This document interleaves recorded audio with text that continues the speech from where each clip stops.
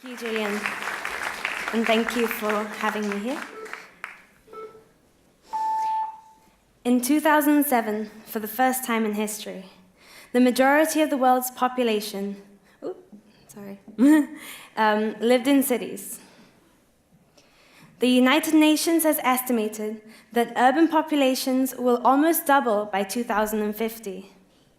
The world's cities already consume between 60 and 80% of energy production worldwide and account for approximately 2/3 of global carbon dioxide emissions. We are currently nearing our peak energy consumption, and buildings alone account for 40% of energy consumption and 1/3 of the carbon dioxide emissions of the world. Something needs to change. The first time I'd ever witnessed this extreme overpopulation and density was here in Myanmar, 2017. This picture shows one of the 3 townships I've worked with. I've been privileged with a unique opportunity to work in several places around the world as an architect consultant for the urban planning, social policy, and crisis management, including in London, Italy, Myanmar, and now here in Gibraltar. My experiences from all of these lead me to ask the questions: why am I here? What is my purpose? And instead of imposing my own views, I ask, what can I learn from local people? The people of Myanmar taught me a great deal. On the one hand, they reminded me that anything is possible if you put your mind to it.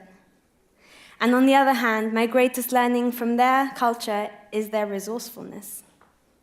Now, these particular individuals lived in extremely vulnerable situations.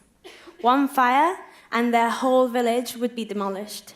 One storm, and their homes and livelihoods destroyed, needing to be rebuilt and re-established from absolutely nothing, with no money, no material, only land that was often not their legal right. Some were able to pull enough savings together over time to invest in solar panels, and many spent their time recycling goods. What is interesting about this photo here is this tool right here, a single bamboo stick with a metal sheet tied to the end. Each house has one of these tools as a fire control mechanism. They would use it to collapse their house, to buy more time for the community to help put the fire out. Their economy, their social care, their environmental care will all be a responsibility of the whole community. And each person, regardless of age, had a role to play. Many individuals and families work themselves up from nothing every day. With this heightened awareness of their resourcefulness and community culture, I couldn't help but feel more of these attributes need to be practiced, not only in the realms of poverty, but infused into all segments of society and into all contexts. Coming back home to my family and partner, I had no job, no house, and at that moment, I realized I had a lot of power. Materially, I didn't hold anything, so I had the potential to achieve anything. I decided that I would work towards something that's purposeful. Now, I'm working in various collaborations on all levels, from global to local, and as you see, and today I want to speak to you about a company we founded called Planning Vision, an independent town planning and advisory service. So what just happened? Well, having met my business partner, Joanna, in 2016, and after a 4-hour-long coffee session, I answered her question, would you work with me to reinforce town planning and heritage in Gibraltar? My answer, absolutely. So that's what we've started to do. I've started this because, as an architect and urban planner, I have realized we focus so much on the building itself that resources are not fully utilized, practicality is often compromised, and we tend to forget the reasons why and for whom we build, and therefore what lies beyond the building itself. It is time to rethink our approach to the built environment and how we plan cities. Town planning is a necessary element. Currently, there are no private agencies dedicated solely to town planning in Gibraltar, so we opened one. and an advisory service where anyone can come for assistance and comprehensive advice from private individuals, concerned residents, community groups to individual property developers alike. Currently, the development process tends to serve few stakeholders. I would like to envision all professions which constitute the urban development cycle to aim together consciously to serve all stakeholders, including the environment. But what does this look like? Sustainability must be a key focus for the different professions. It can be defined as meeting the needs of the present without compromising the ability of future generations to meet their own needs.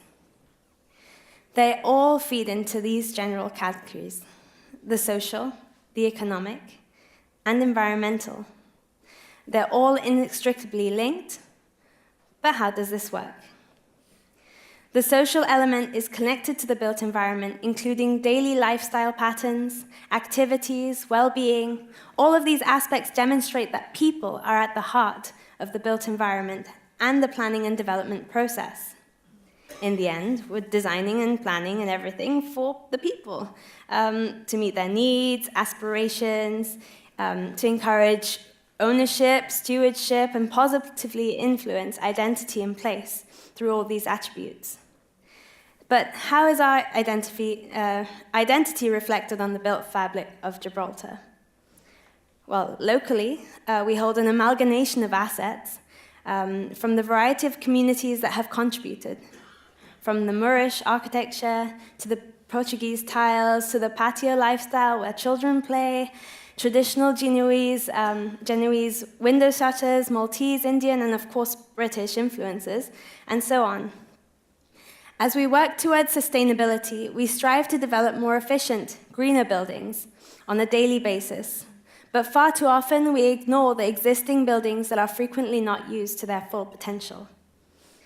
Despite local value and features, they are demolished and new structures built in their place. This links to my second point, our economy, which is influenced by more efficient management of existing resources. This has a significant economic impact. Looking back at Myanmar, the recycling of waste feeds back into the local economy, as the local population receive payments from corporations for whom they recycle. This is a fantastic example of the efficient management of Myanmar's resources. But if I return to the point that buildings are responsible for 40% of the world's energy consumption, and that's huge, and approximately 1/3 of greenhouse gas emissions, well, it brings us to our next third aspect, the environment. Returning to the better management and utilization of our natural resources is equally crucial. I say returning because up until a few hundred years ago, we weren't using the current limiting forms of energy that we are today.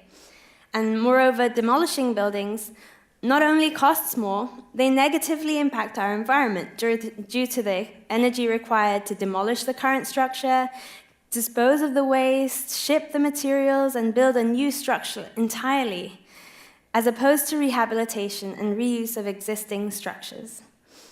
Reuse does not come without its challenges, though, and adopting the buildings to suit modern needs and requirements can be controversial. A good example of this in practice locally is the recently developed University of Gibraltar, a former defense barracks which once housed St. Christopher's School.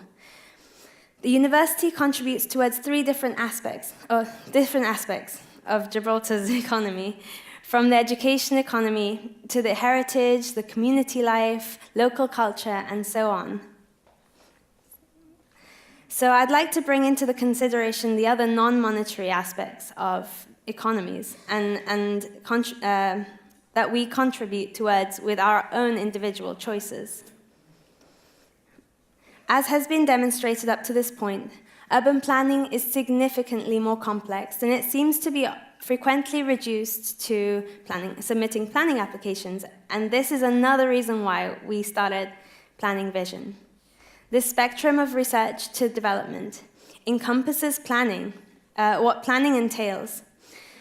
This reaches across other disciplines. For example, public policies are key to how the city works and its development over time.